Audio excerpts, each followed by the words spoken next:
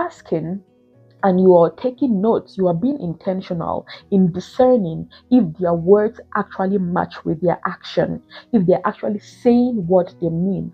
So if somebody is saying that, oh, I pray this amount of time a day, oh, I am kind, or I am consistent, once they have said that, you as the other person, you have the opportunity or you have the task to know if they are actually doing what they are saying, if the words are matching with their actions.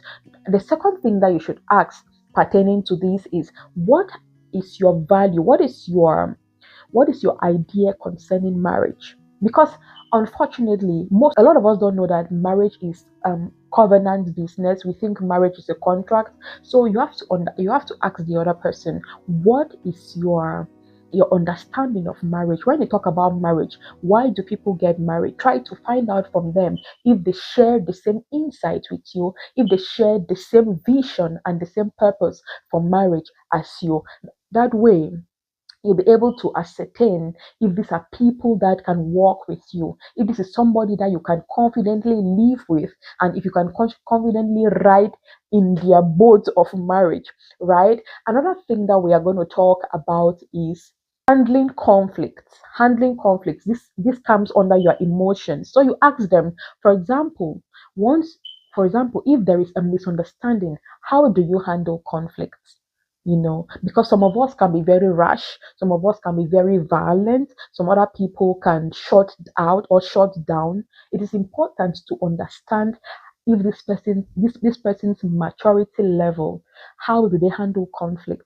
How do they handle stress? How do they handle rejection and a lot of things?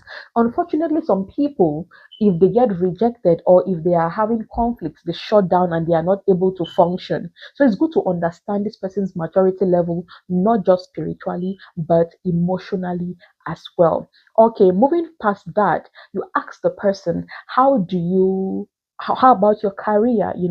What do you have in mind for your career? Where do you see yourself in the next 5 years, in the next 10 years? You ask them things pertaining to their vision for their life, and they should be willing to give you an answer that showcases them or that makes them stand out as people that have vision, somebody with direction, somebody who is focused, not just in their career but also spiritually. Where do you see yourself? What is your purpose, for life? What has God called you to do? Even if you don't know yet, at least you should have an idea, right?